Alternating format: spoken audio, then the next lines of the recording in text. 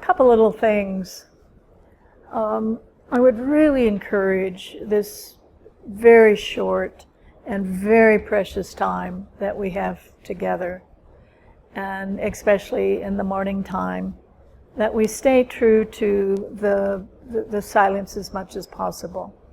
I mean, there's going to be little things that maybe we need to convey, but mostly it's really taken care of. I mean, Jennifer and Tim and everyone who's helped has just gone way over the top to make everything go as smoothly and as supportive as possible. I know it's a habit. We just tend to talk, and so a simple can remind yourself and maybe the person that temporarily forgot. It's not some kind of, a Buddhist falderah thing that, they're making up for us to follow as spiritual personalities.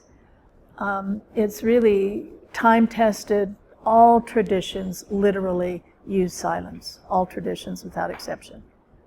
There's not one tradition, spiritual tradition in the world that does not use silence. It also allows all of those fractured pieces of ourself, and we don't even know it's happening. They just kind of break off, and they try to take care of this, and they worry about this, and they try to control that. And what happens is when that outward movement begins to be called back home, then that fractured sense of attention, that fractured sense of presence can come back into the home ground, which is fully here, right? It's fully available. It's not thinking what it's going to do in a few minutes, or, are you going to get your nap in, or you're going to do this, or can you do that, or how am I going to get back to the airport, or, whatever it is that the mind is trying to take care of.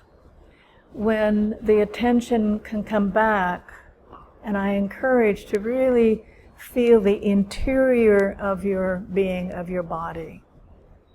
The way that we're all taught, really from birth, and our parents and our school and our churches, and everything is teaching us we really function up here. Literally, it's an energetic attention. And what we're taught then is to watch the images that are thoughts, and then our attention watches the thoughts and identifies and believes the thoughts. It's the light and shadow show. And we all have an different interior light and shadow show, right? We think that, everyone's thinking the same, or, they should have the same ideas and opinions that we do. But the actuality is this very private interior world that's created by thoughts and conditionings and habits and cultural, life experiences. So coming back, I mean that quite literally. Bringing your attention back into the interior of the body and let it fall and rest. And instantly, you begin to function and move in the world in a very different way than when you're believing the thought forms that are projected on the screen of consciousness. And that's literally what's happening. That old metaphor that probably most of you have heard somewhere along the line, where, where's the light, what's the projector, and what's the film? Well, what we're pointing to this very short period of time that we're together is that we are the light of awareness that illuminates the film. And the film is conditioning and thought forms and cultural karmic patterns that we are enchanted with and entranced with, and thinking that that's true and that's who we are. And that's the hell realm, and also, that makes us who we are uniquely. So it's not in any way that we try to stamp out our beauty and our uniqueness. This is the beautiful array that gets to dance and express and be unique and to contribute to the whole. So much of spirituality has been to try to separate that out. You're this spiritual being, and so you have to kind of stomp out any kind of humanness and uniqueness that you are. And my sense is this time upon the planet, it's spirit and form are one thing, and they have never been separated. Never. Ever. But, perhaps because it was such a dense collective consciousness that we had to sort of separate it out. And so this is the ascension, this is spirit, and then this is matter. And depending which side, you're exploring as a soul, as a being, then you deny one and you only grab the other. But my sense right now upon the planet, that there is this arising of what has always been true, which is we are this living spirit expressing and dancing through this sacred form called the material, the body, the expression. It's a beautiful thing when you begin to not deny either.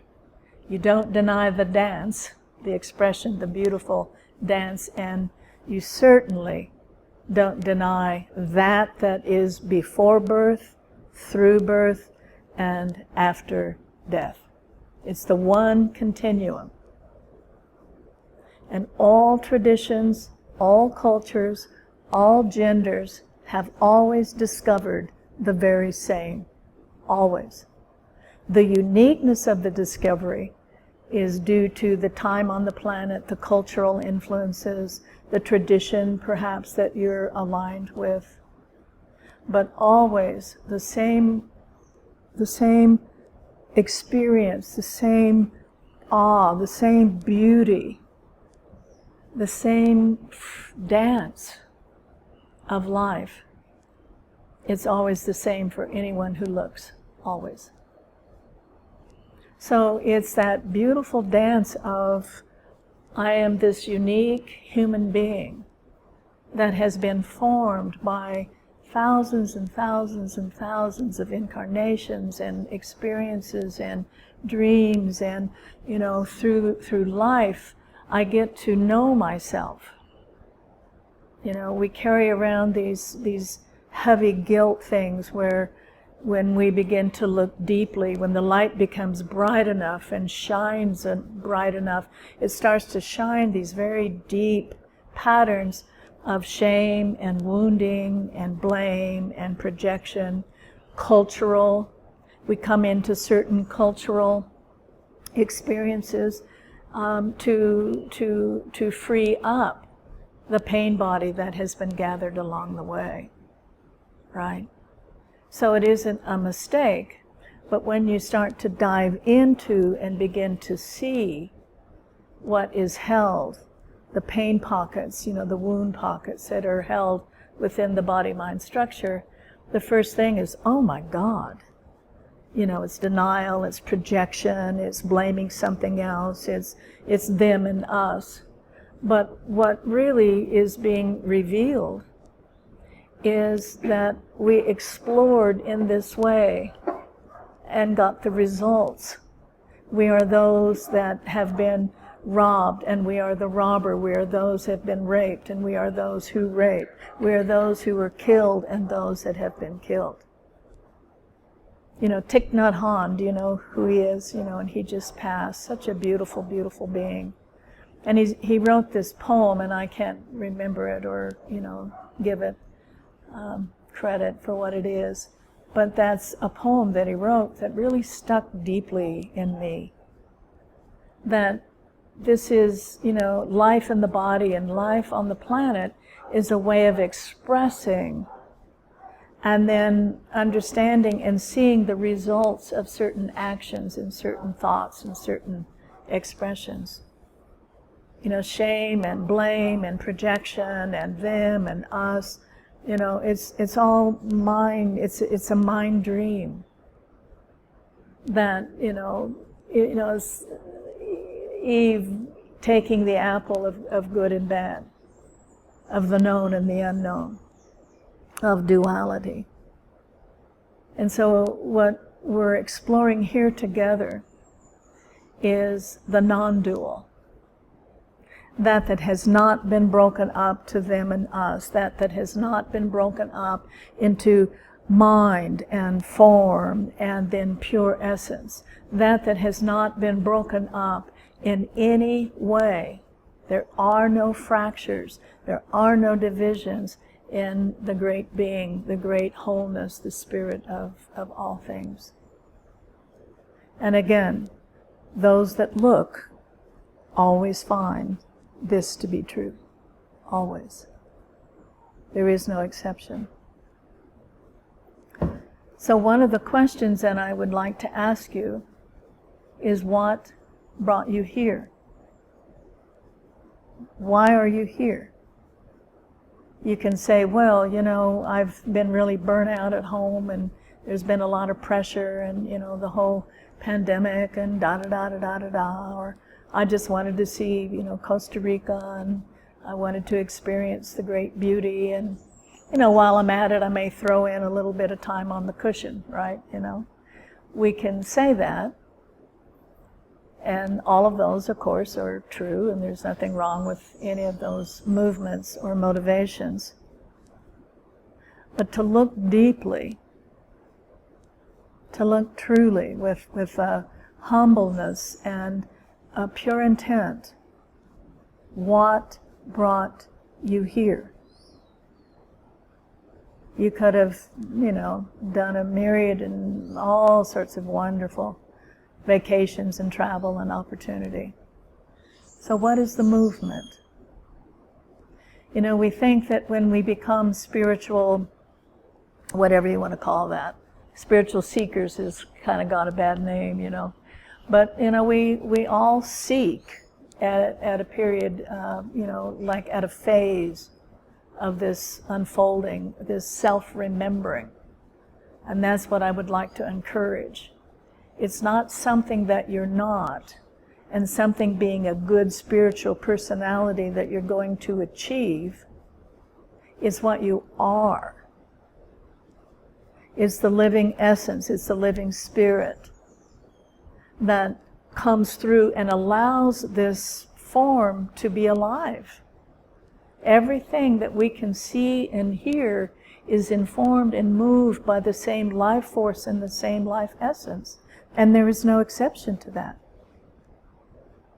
One of the great gifts here, is this stunning beauty, and everywhere you look, it just takes your breath away.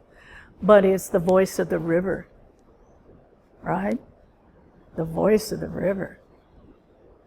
This morning with meditation, I could sense that, there was this like very deep and silent and, bass tone, right? And then all of these layers of voice and sound, and then this sort of top of, like almost like little bubbles of, oxygen and water mixing and opening and shutting, right? It's just, the voice of the river is just encompassing. Everywhere, every cell starts to sing with the voice of the river. So if you find in your meditation that you're tripping off and you're worried about getting home, or, wonder what your little adventure in the afternoon is going to be like, or, whatever it is that you're thinking. And the mind's going to think. You might as well just accept it. But just like the different layers of the voice of the river, there's different layers of consciousness. And the deep tone is that is silent. It's that is constant. It's the one constancy there is. It's the only constancy there is. You can have the most amazing husband and wife and the most off-the-chart successful children, and you could make tons of money, and you can do this and you can do that, and every bit of it will change. Every bit of it. There isn't anything that will remain the same. However, there is one constancy. And the one constancy, and again, different traditions define it in different ways. I myself had a lot of training with Buddhist meditation. It wasn't that I was a Buddhist. It was just that, in the 60s, when everything was opening and changing, how that was. And I'm sitting around and all these people are talking, and of course they had a little addition as they were talking, and that's what was happening too. And no one knew what they were talking about, but all this was coming from the East, the meditation and Buddhism and, psychedelics and, all this sort of training that was coming, just like a river. I mean, talk about a river. It was a tsunami that was coming into the Western world, the Western mind. And I'm extraordinarily shy. I mean, you can't tell it now, but, I just could hardly put two words together. I just could not speak in front of anybody or anything. And I'm listening, this guy's a Leo, right? I'm married to a Leo, so I really know these Leos, right? And he's talking about all this, and he's got all these concepts, and this and that and the other. And he said, meditation is a way that you can directly contact the unity that we all are. And I went, there. I loved Christianity, I loved Jesus, everything was wonderful as far as I was concerned. Anything of the spirit I loved, even as a very small child, living in the middle of Kansas. Yeah, that water might be interesting to baptize you.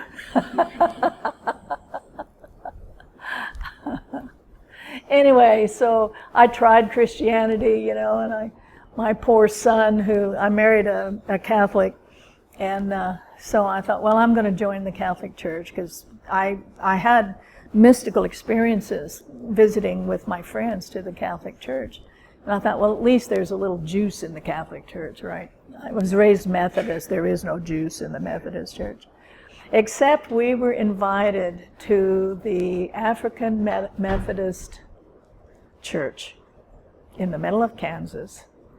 And there was such spirit. I was blown away.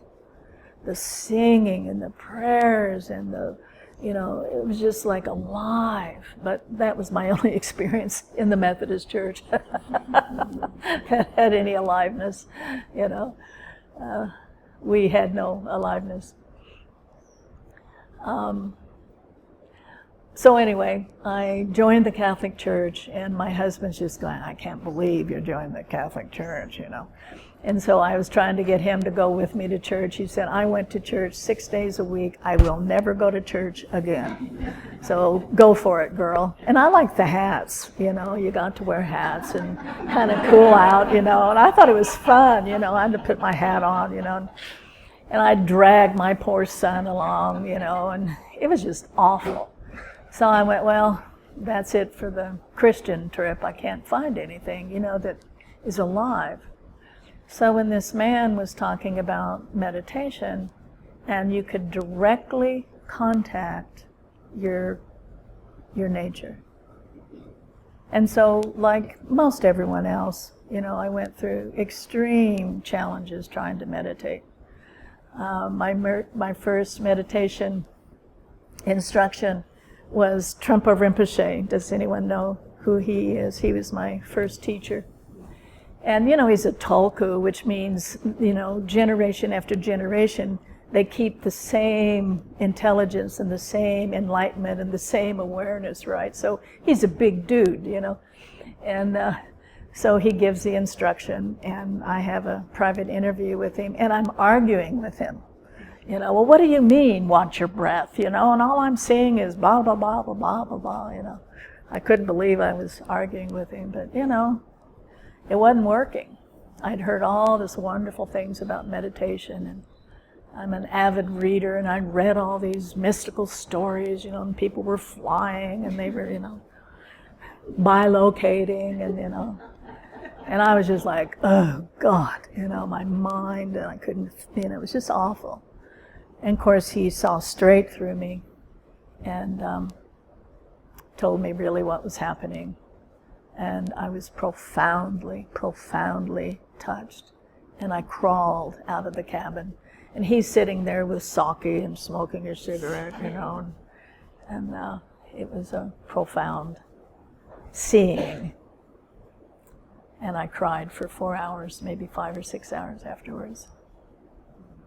So what I'm trying to say is, it's the bringing the wild horses of the mind in some kind of a focus, because where your attention goes, it manifests. The pure awareness is totally, absolutely neutral. You want to create a hell realm? Okay. Do you want to create a division between me and you? Okay. Do you want to create some kind of a structure that you are holding on to and defending with everything that you have, and therefore pushing away what you want most, which is love and interconnectedness and a part of being of the whole and support? Okay. That's love. That's love that's unconditional. So where you put your attention, literally, is what manifests. So the shifting of attention, what is that? Isn't that cool? Is it a bird? Nice. I love all these sounds, you know. Like I said, we come from a desert. There are no sounds where we live. You know, little wind, you know, is about it. It's just so alive. I just can't, I've never experienced, I don't think, something that's so alive than that is here.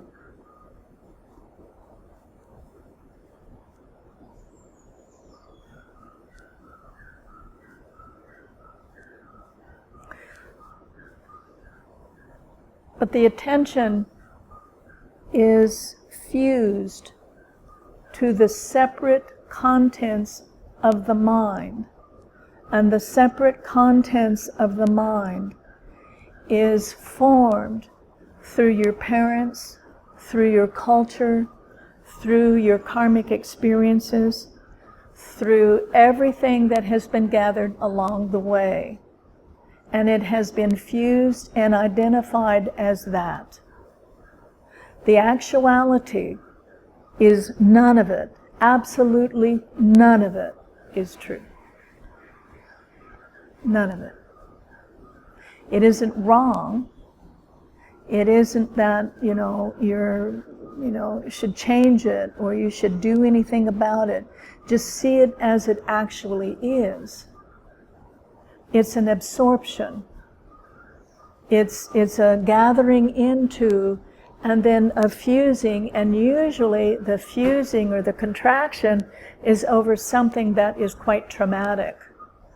We actually contract and identify with the trauma more than, you know, the blessings and, you know, the goodness that also has been collected along the way.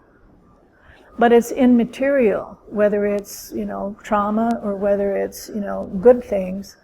It's something that is conditioned. It comes and it goes. It is not constant, and it actually is not true. I can remember when that was seen, not as some kind of a nice concept, a spiritual idealism, but the actuality of it. And so then the question is, well, what then is true? What's actual? What's constant? What you begin to live and to recognize is a joy without cause, the causeless joy. Right? Happiness comes and goes. Happiness is due to conditioning. The causeless joy is that arises and that starts to move through the cellular body, and we can call it bliss. You know, some personalities are more prone to bliss. Others are a little bit more settled and silent, and, you know, that's a little more awake within their structure. But it informs, there's a sense of contentment. There's a sense of, again, the causeless joy.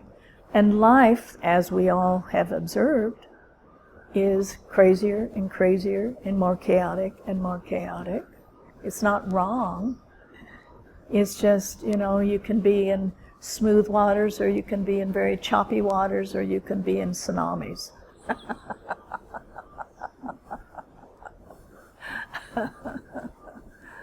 Well, we're heading into a tsunami.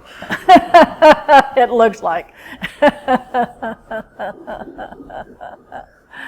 And so how is it that you can have a simultaneous experience of a deep-rooted silence, all is well, and chaos in your family, in the news, in what's going on? The shadow, have you noticed, is coming up everywhere in absolutely all aspects of the life. And that can be seen as, well, I'm just going to be positive. It's not real. I'm just going to da-da-da-da-da. Well, you know, if that works for you, great. But the truth is, it's just that it's the shadow that is wanting to be seen, to be made conscious, and then to be dissolved. Not be made positive. We cannot make what is happening on the planet positive. It's not. There's children, and it's always been true.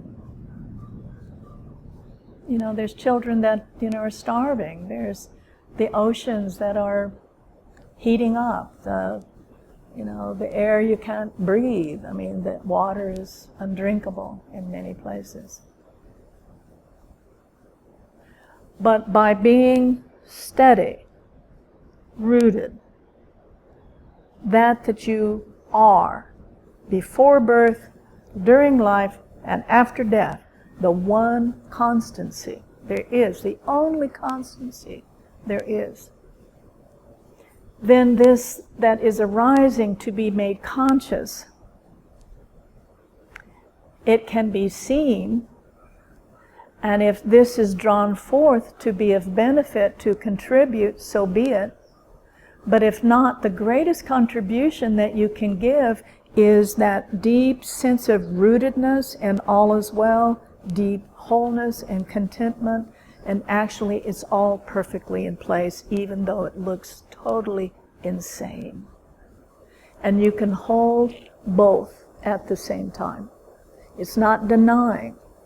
Have any of you seen Don't Look Up, the movie? It's great. I mean, it's just such a great satire. You know, this, you know, big, whatever, meteor ride is heading for the Earth, and, you know, they just don't look up. They just are denying it, right? Meryl Streep is fantastic, right? She's the president, you know. She's just great. But we're sort of like that right now, right? We've either gone into the hell realm so deeply, and that's not beneficial either. It's just adding to the hell realm with our despair. It's innocent, but it's not contributing anything. Or we can ascend, and, you know, all's beautiful and everything's wonderful, and we're moving into the fourth dimension, and it's all cool, and, you know, we're going to, you know, all be in the golden realm. Well, maybe. I haven't quite seen that yet. But there is a place within each and every one of us that is whole and steady and causeless joy and clear and able to respond and able to hold this for those that quite can't respond in a place that is healing. You know, I imagine there's several healers here, just knowing Jen. And for me, healers are just one of the great graces on the planet. And I can tell within a millisecond if that person is applying their beliefs on me, or if they've opened up and they're holding the empty, you know, the empty pipe, the empty bamboo, the empty whatever you want to call that, the empty flute. Because that openness, that embracing, that supporting, that allows the actuality, the source of wisdom, the source of love, and then all the training and everything that you've gathered along the way is to be of benefit. But what you sense is we've both entered the natural state together, and we're letting that speak to us and open up, and you know, the wisdom will have its way. I can tell it like that. And I'll never go back to someone who is only coming from their own ideas and opinions and training. And not that I'm, you know, a foo-foo, it's just that that's not real healing. It has a limitation. I respect the training and the teaching and the background and the dedication for sure. Do you get the difference? In the Buddhist tradition, they talk about emptiness all the time, right? And so I'm going to every possible silent retreat that I can do. I'm just, that's you know, I do my best to do that. Because it's in that silence that the presence and the insight and the transformation and the healing actually began to take place. And that was the first time in my entire life, other than I would have these sort of mystical experiences, and I had them all of my life as a child on up.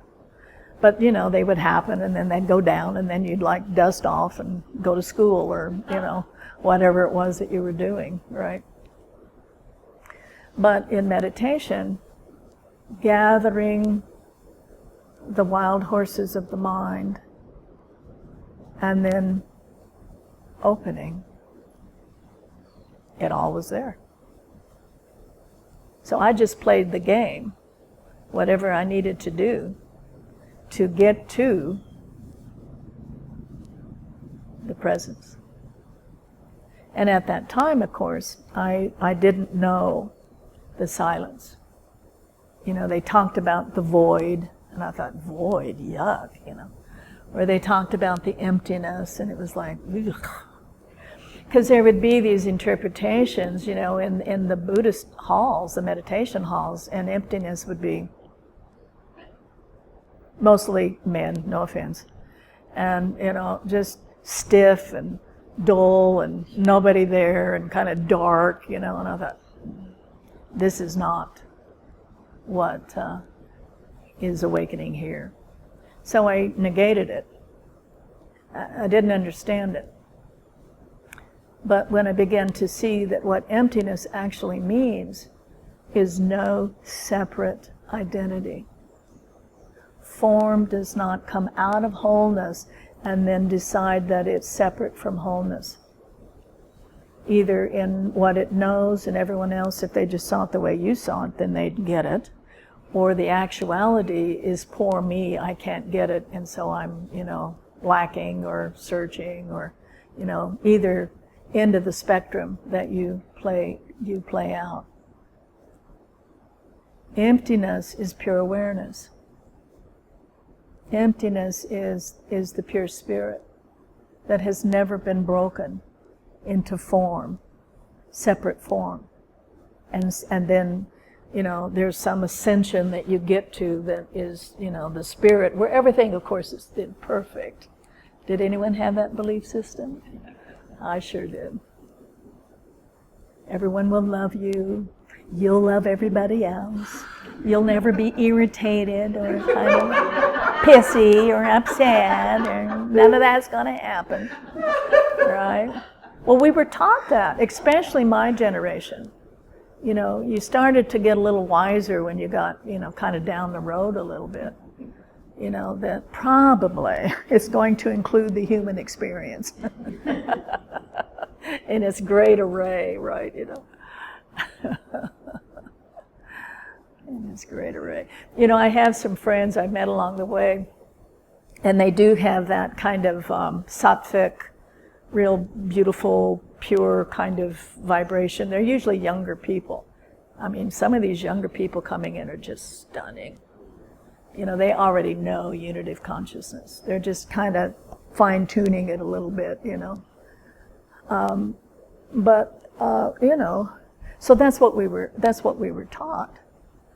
But what you find is, there's the brighter the light, the more it begins to expose what's not brought to the light. It's not that you're wrong, it's just love. It's unconditional love. And it enters your cells and enters your body, and the body's going, okay, I'm going to hold this for you until you can handle it. Right? Many of us have all of us have gone through trauma where we just simply we can't handle looking at it or dealing with it. And if it's not so much in your family, it's often cultural. I mean, look what we've done to each other as human beings. It's no wonder we have all this stored trauma, that's trying to be made conscious. It's trying to come up. But when you put your attention, and it can be trained, it literally can be trained, like that. When you shift your consciousness or your attention more towards what is empty and silent and still and rooted as that, and then open to the unimaginable, unglorious everything. The everything. There you are. You can go to Nepal, you can go to Tibet, you can go to all these incredible teachers, and that's a great glory, that's the great grace that we have at this stage of our culture. We can come to Costa Rica, but you don't have to. I've met so many people, myself included. I mean, I've had the great glory of these wonderful teachers in my life. Beautiful medicine people and Q'ero people in Peru, and Buddhist teachers, and Tibetan teachers and Zen teachers, and gorgeous direct teachers. I've had this incredible good karma of teachers in my life. But what you come to, and I think teachers, and I know this is not a popular thing to say, but I think teachers are actually quite necessary. They're guides. You say, man, I've been up to the top of the Himalayas. Don't go that way. I've gone that way, and I fell off the cliff. Now I had to come back, and I had to come this, and so I'm giving you of my experience. I'm assisting you because I love you. I'm not trying to tell you what to do. I'm not taking away your authority.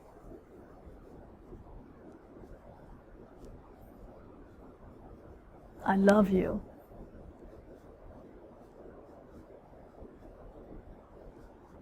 And I'm here for you. And when you find that within your own being, you dedicate this life to that love and to that guidance.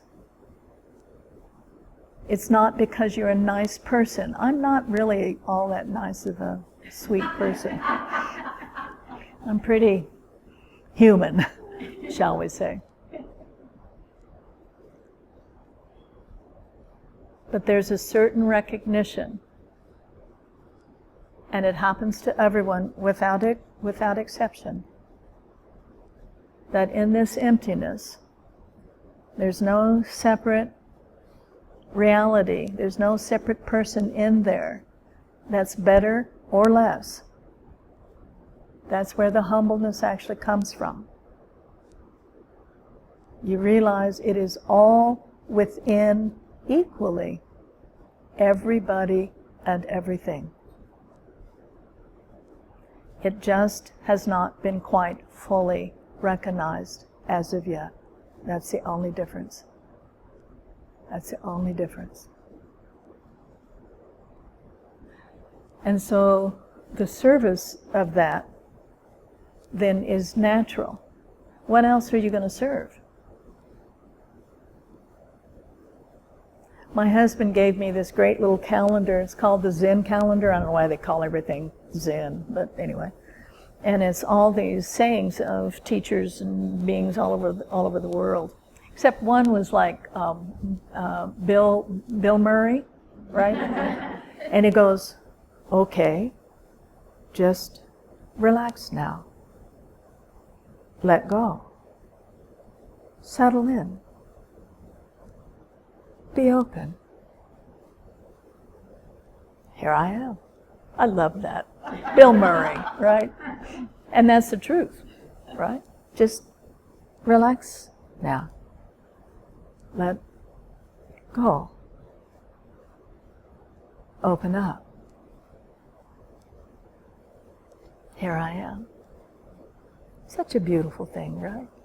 But anyway, back to my original. So probably most of you know of Ramana Maharshi, right? He was one of the ones, at least in our current historical time, that, a young Indian man, and he had lost an uncle or somebody in his family through death.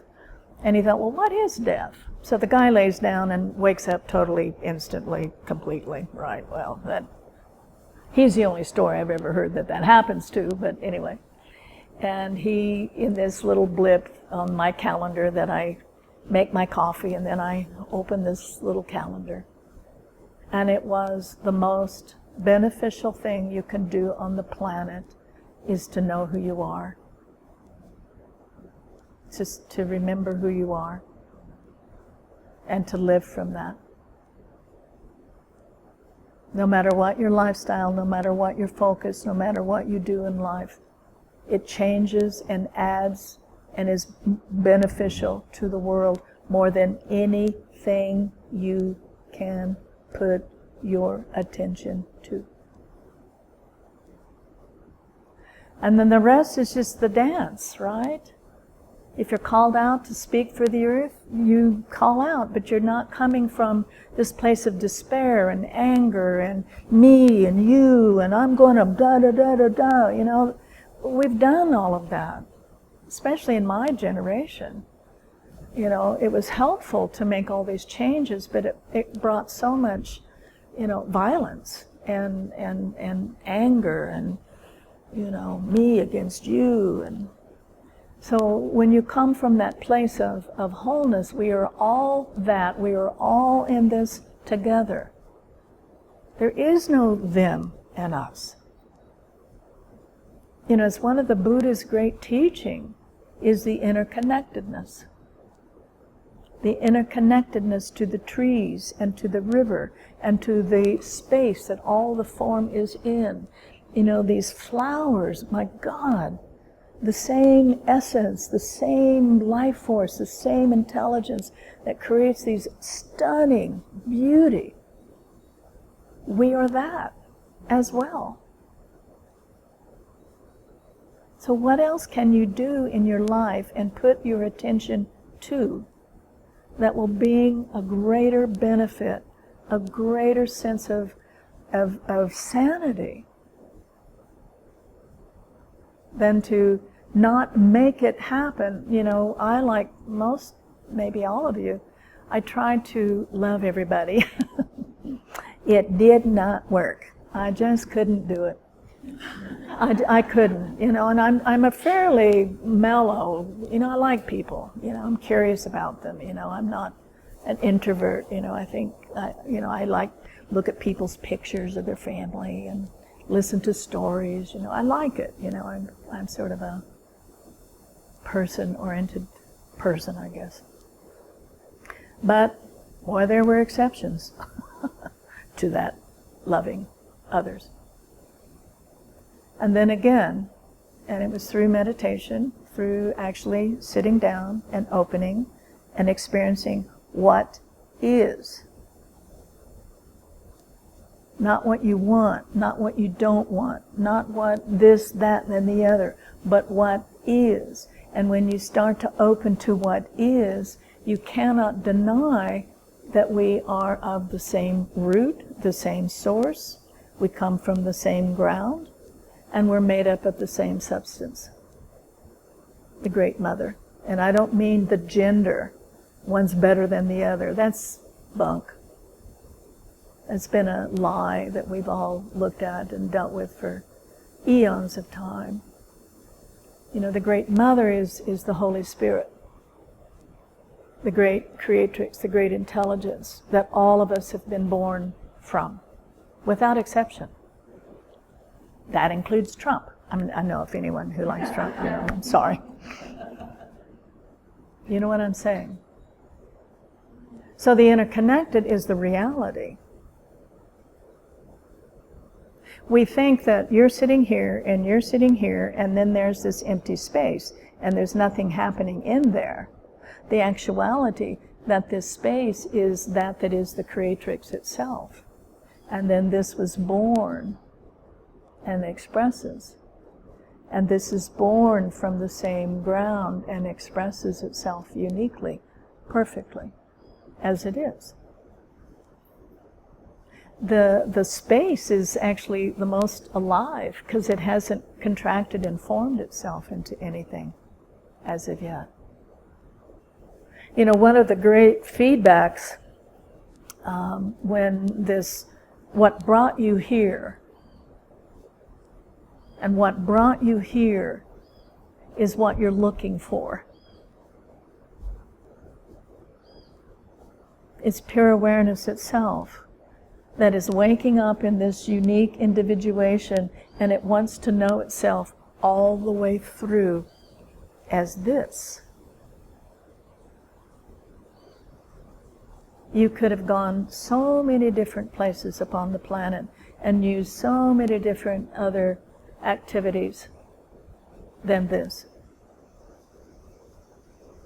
So you may have a mind idea of what brought you here, but the actuality is what brought you here is what brought us all here. It's time. It's time for this to come forward, and it's time for this to know itself through this uniqueness.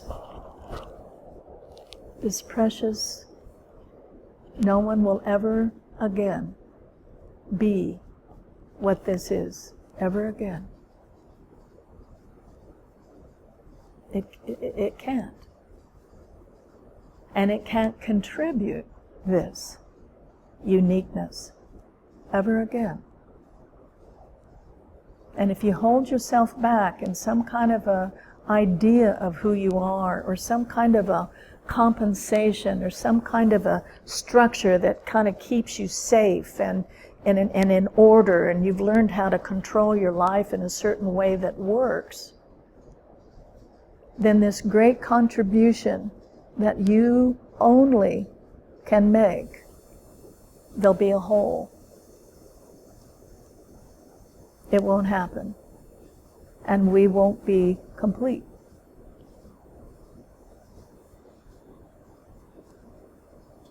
We think we're taking care of ourselves. We think we're being safe. We think we're, managing. But all we're doing is holding on to some kind of a conditioned concept and form that our mother taught us, our father taught us, our culture taught us, different experiences taught us. It's not safe at all. It's the exact opposite.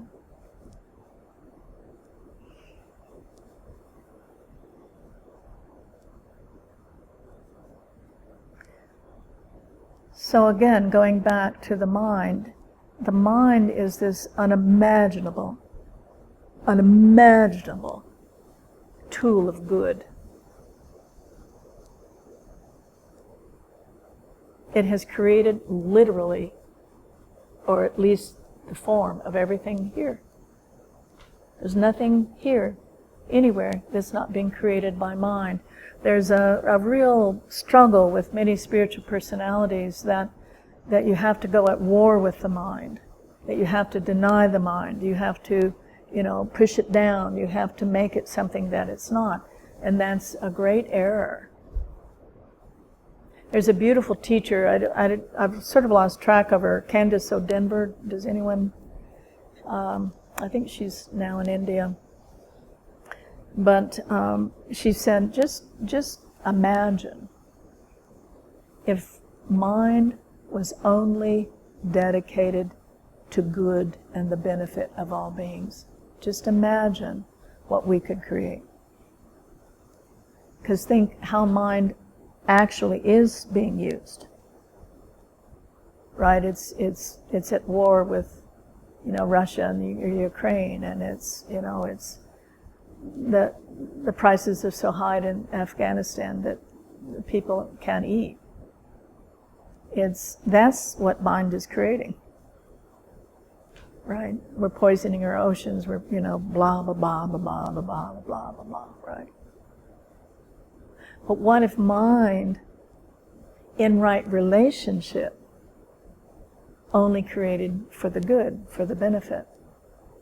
Within instant, things would start to change.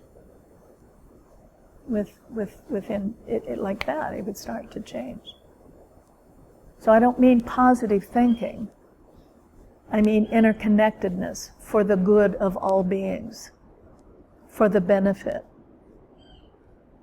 What if in your relationship with your husband or wife you've been married to for 20, 30, 40 years, and instead of, holding your own and fighting your way and blah, blah, blah, I've done all of that. It doesn't work, but you think it's getting somewhere. You start to think, we're in this together. What would benefit this relationship? I'm included in that benefit. I'm not sacrificing, right? In the friendship, well, what actually would benefit this friendship, right? Or, a child and parent, well, sort of what would benefit, this relationship? Think how it would change. And it's innocent, we're just moving from our own conditioning. And our parents, responded to us from their conditioning. And on some level, it's not that you should experience abuse or anything like that. I don't mean that. But on some level, it's actually innocent. It's just conditioning, unconscious conditioning, playing out unconscious conditioning.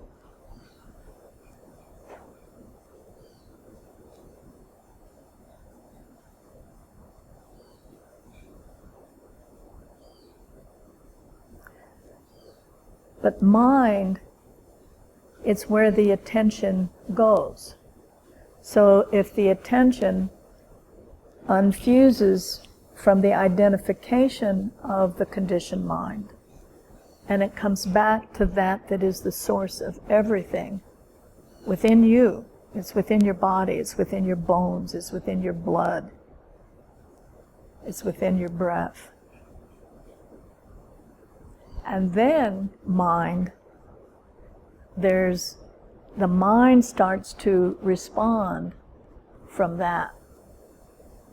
Instead of, the mind's completely neutral. It's just responding from the past and from the conditioning.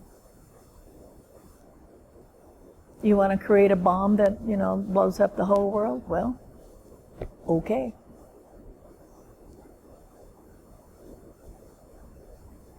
You can do that.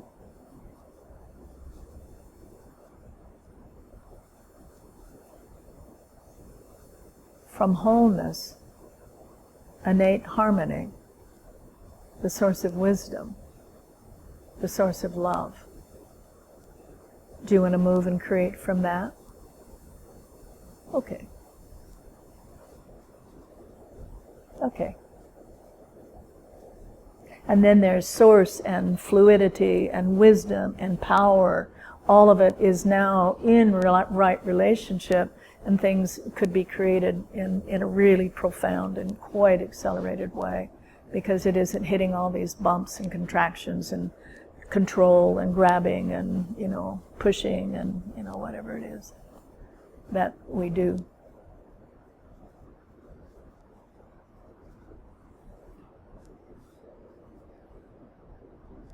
I learned, as we were talking before the retreat, that a friend and a spiritual friend, and I have a tremendous amount of respect for Lama Tsultrim Aleone, and she's living here, I guess, I'm sure part-time, because she has a center that is just stunning in Pagosa Springs, Colorado, or outside of Pagosa Springs. Have you been there? Yeah, it's just stunning. You know, when my husband and I first started to go there, they had yurt, and that was the Gampa. Beautiful, really. And you were in tents, storms, wind, bugs, no-see-ums, the works, man, flu. I mean, you know, everything happened in the retreats.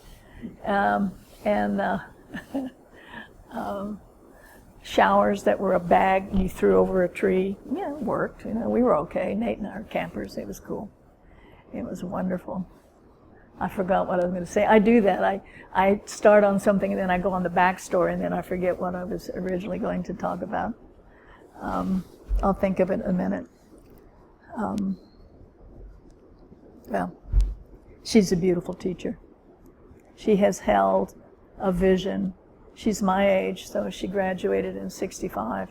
She's held that vision ever since. She's not wavered. She's not wavered. And I think about being here. I mean, you can be in the dream of Tsultrim when you're at Terra Mandala. And I've been seeing that here. We're in the dream of Frank. Right? It was Frank's vision and Frank's image, and of course he had tons of work and help and assistance and, you know, for the good. So when you start moving for the good, then the good comes visible as a support. So we're living in the dream of Frank, right? So the mind, when it is in right relationship, then can create the dream that we all know in our hearts. We all know that dream is possible. Now I come from Crestone, and Crestone is one of the most unique places maybe in the world. And it's this extremely little kind of, you know, place that no one can even find. No one uses maps anymore, but in the olden days when we used maps, there'd be this little line in this vast valley, and at the end was Crestone. It's this only road for, you know, miles and miles and miles and miles around. But one of in Crestone has, you know, these different traditions and temples from these traditions. It's a holy, beautiful, powerful, amazing place. But one of the signatures of Crestone is everyone has a dream and a mission, right? And they all come and they're going to do this and they're going to do this. And, you know, you just think, well, I hope it works out.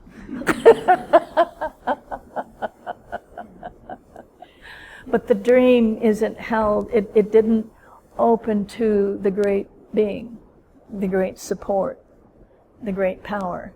I was listening to people talk about with Nasara, And everyone comes with a dream, and they buy, massive amounts of land, and, and then they get here, and there's, humidity and bugs and, people that don't agree with everything that they say, and, that kind of stuff.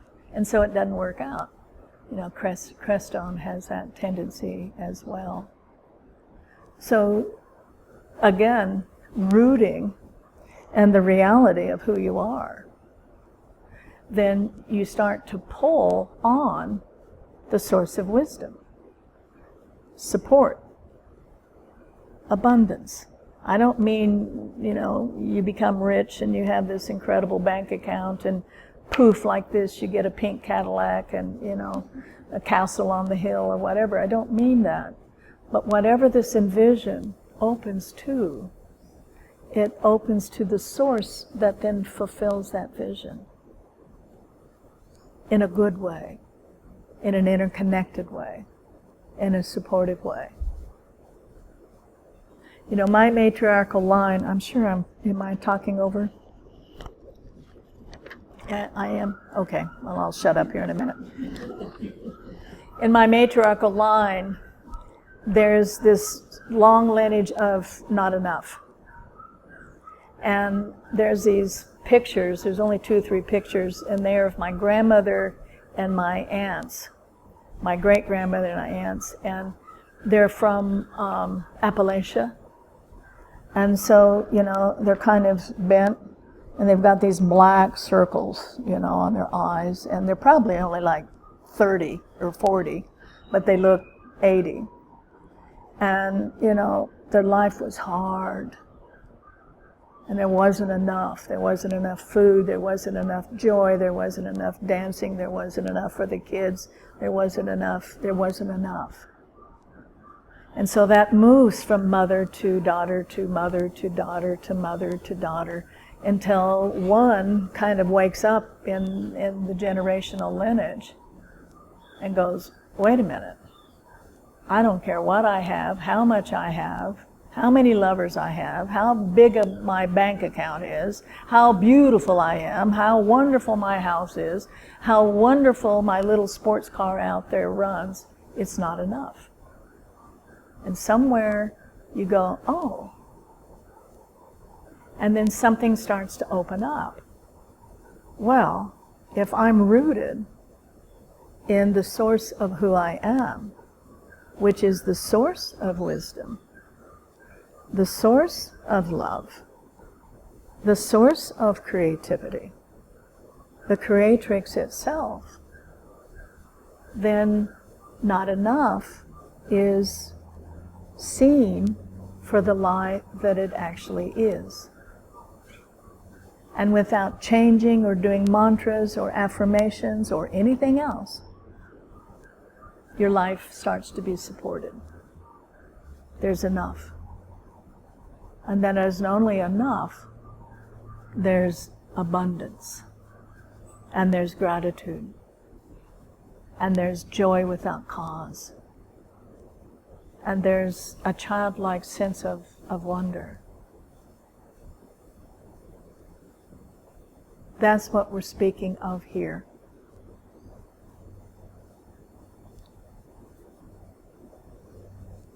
That's why we're here. That's why we've made the great sacrifice to be here. Is to not only recognize ourselves, but to live from that, to embody it, to have it sing through our cells of our bones and our blood and our being, and then to listen to the song of the river and to take in the unimaginable beauty that's all around us, because it's who we are. It comes from the same source. And then the interconnected becomes a reality rather than something that you're working on when you're enough of a spiritual being. It's the reality.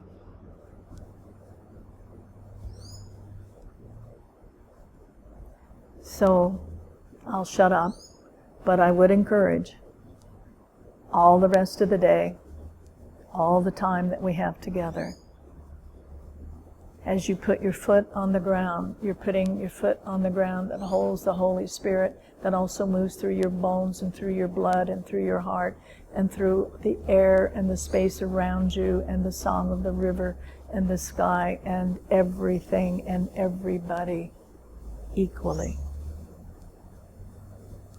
That's the reality. And everyone that looks finds the same thing. And if we've ever been blessed with an aliveness and beauty, I don't know where else we should go. So again, on the cushion, off the cushion, same. On the cushion, dive deeply. Open up. Root. Know yourself as you are and abide as that. Off the cushion, see yourself in the trees and the birds and the flowers and each other and the food and the breeze and the space and the sounds. That's who you are. That's who we are. Let's don't wait any more moments, any more defenses, if and only and buts. We can step right out of that dream of not enough into what is. We can, like that. Now we may forget off and on and we have to come back, but it's like that.